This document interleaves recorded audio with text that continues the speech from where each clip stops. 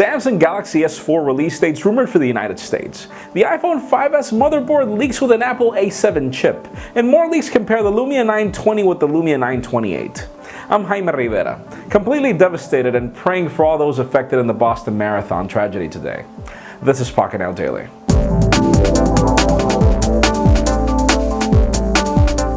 Continuing on with last week's rumors of Pantech bringing a no bezel display on a future device being dubbed the Vega as their future smartphone, well, we've got some leaked images of the device, and even though the design is quite interesting, it does have a bezel.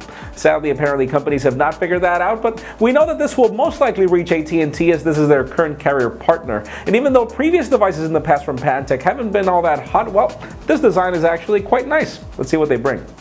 Now let's talk about the Galaxy S4. We know a lot of you are still trying to decide if you get the HTC One or the Galaxy S4, and new rumors now have the device being released on AT&T on April 26th, on Verizon on April 30th, and then we've got it on T-Mobile on May 1st. We don't have a specific date for Sprint just yet, but just stay tuned, keep your wallets ready, because we will definitely have all the review coverage that you need to help yourself decide which is your next phone. Now let's talk about some leaked photos of the motherboard of the iPhone 5s. Notice we don't call it the iPhone 6 anymore because we know how Apple rolls with their iOS devices. So far it sports an A7 chip according to the leaks, and according to the serial numbers, apparently this is their first quad-core smartphone or first quad-core processor to come to the market, and it also does sport 2 GB of RAM, so it pretty much doubles on everything that's on the current Apple lineup, at least according to iOS, so stay tuned for the rumors. Now let's talk about the Nokia Lumia 928 rumors. Obviously this is no longer the catwalk, this is the device coming to Verizon, and well, it was compared to the Lumia 920 recently. It is actually a little bit taller than the Lumia 920, but also aside from that, it does not sport the LCD display that the Lumia 920 had, which was actually quite good. It's now sporting an AMOLED display, which is kind of an interesting shift. We still don't have any dates for this device. We don't even have a release for the phone on Verizon, but stay tuned, it'll most likely happen very soon.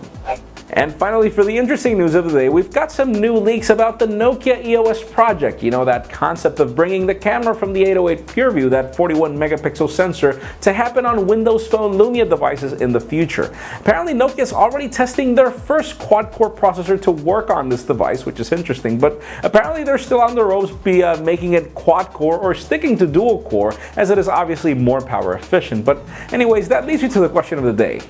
Would a 41 megapixel camera make you want to switch to Windows Phone or stay at Windows Phone if you're currently disappointed for some reason? In my particular case, honestly, Windows Phone still has a lot of things to fix for me to actually want to stay within Windows Phone, but leave us a comment down below. Is that 41 megapixel sensor something you would like to see on your future smartphone next year? Of course, for an earlier scoop of everything that's happening in the smartphone and tablet world, make sure you follow us on Pocketnow.com and subscribe to our YouTube channel as well. Please give this video a thumbs up if you like what you saw. I am Jaime Rivera. Thank you very much for watching, and our thoughts and prayers again go for all the families of those affected in Boston. This is a real tragedy, a really sad day for the United States, and for all of us fellow runners out there.